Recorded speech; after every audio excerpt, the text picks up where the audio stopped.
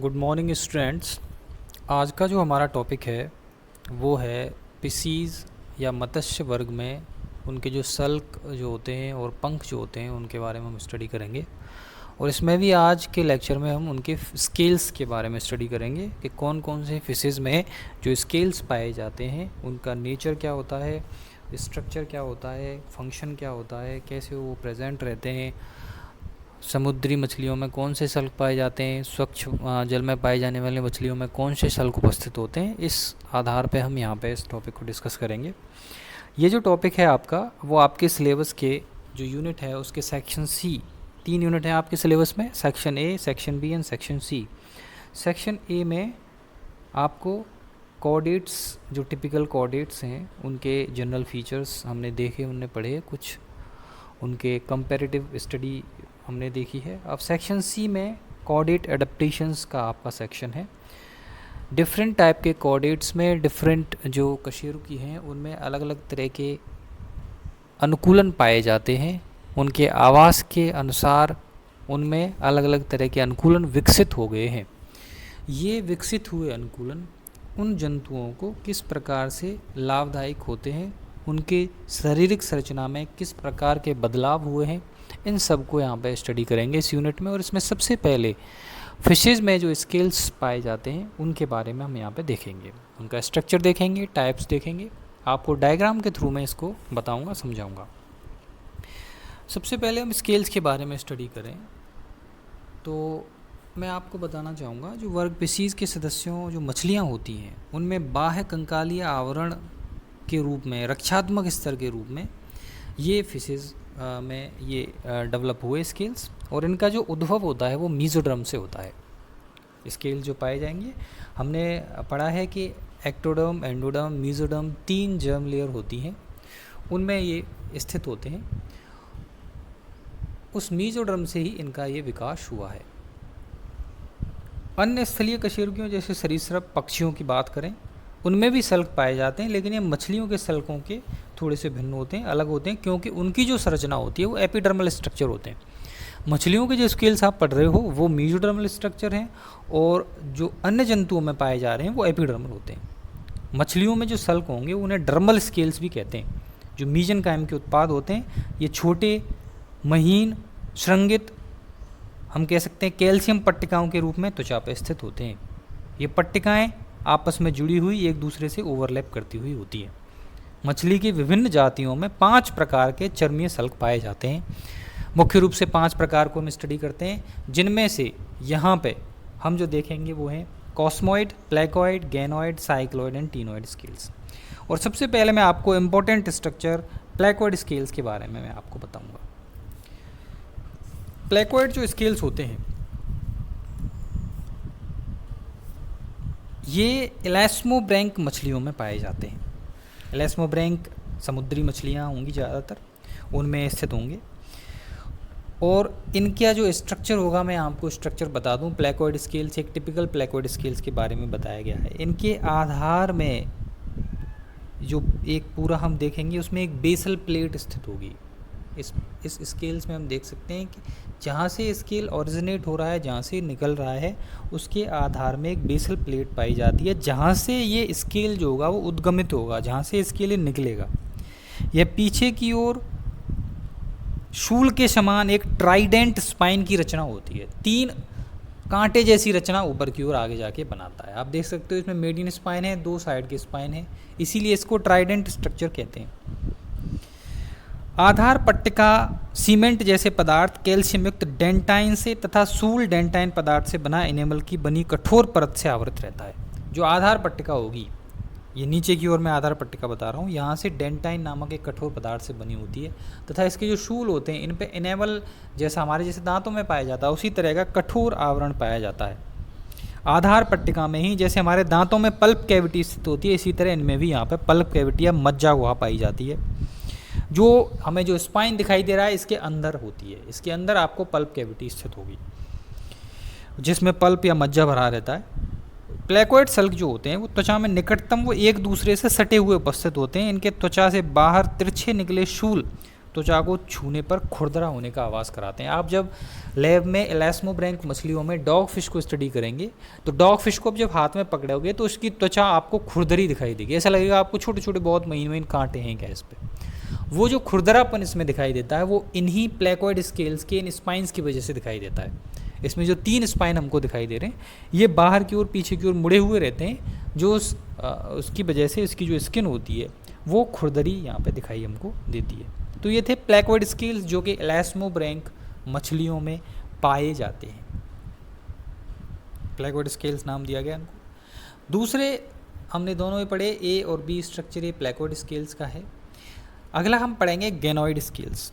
गेनोइड या दूसरा इनको कहते हैं रोम्बोइड स्केल्स, जो कि सम चतुर्भुजाकार मोटी अस्थिल पट्टिकाओं के रूप में पाए जाते हैं, जिनके शीर्ष कैसे होते हैं, नुकीले होते हैं। सी में आप देख सकते हो जैसे टाइल्स होती हैं इस तरीके से ये व्यवस्थित रहते हैं, टाइल्स की तरह। वो त्वचा पे टाइल्स के समान व्यवस्थित रहते हैं, एक दूसरे के आपस में ढकते हुए, और एक तरह से एक अस्थिल कवच बाहर की ओर बनाते हैं, गेनोइड स्केल्स जो होते हैं। अब मछलियों के आधार पे इनको 2 प्रकार से बांट सकते हैं, पैलियोनिस्कॉइड स्केल्स भी कहते हैं, लेपिडोस्टियोइड स्केल्स भी कहते हैं, जो अलग अलग मछलियों के ग्रुपों में पाए जाते हैं। इनके ऊपर आइसोपिडीन से बना हुआ अस्थिल आवरण स्थित होता है, तथा ये पॉलिप्टेरस और लेपिडोस्टेसियस नामक जो मछलियाँ होती हैं उनमें ये स्थित होते हैं। ये हैं गेनोइड स्केल्स। अब हम बात करते हैं आगे साइक्लॉइड स्केल्स। साइक्लॉइड स्केल जैसा नाम से पता चल रहा है, ये जो सल्क होंगे वो साइकिल मीन्स एक गोल घेरे या गोल संरचनानुमा में पाए जाएंगे। ये पतले लचीले अर्धपारदर्शी गोलाकार पट्टिकाओं के रूप में स्थित होते हैं। ये पट्टिकाएं केंद्रीय भाग में अपेक्षाकृत मोटी व पर्दी व पतली होती हैं। इनकी सतह पर अनेक संकेंद्रित वृद्धि रेखाओं के चिन्ह या मार्क पाए जाते हैं। छोटे छोटे वृद्धि रेखाओं के ग्रोथ लाइंस होती हैं, हम यहाँ पे देख सकते हैं साइक्लॉइड स्केल्स में, जो हर एक साल बनते जाते हैं। ग्रोथ लाइंस, ग्रोथ ईयर्स को बताते हैं हमको ये। इन वृद्धि रेखाओं के चिन्ह जो होते हैं उनसे मछली की आयु का अनुमान लगाया जा सकता है। प्रत्येक सेल में ऊपरी सतह स्तर पतला और डेंटाइन से बना होता है। वो स्ट्रक्चर है, सब में जितने भी सल्क पढ़ रहे हैं उसमें डेंटिन से बना हुआ कठोर आवरण इसमें पाया जाएगा आपको। निचला भाग फाइब्रस होगा, सींगों तक इसमें होंगे। प्रत्येक सल्क जो होगा वो डर्मिस की बनी एक पॉकेट में धंसा रहता है, इसमें भी बेसल प्लेट की तरह काम करेगी।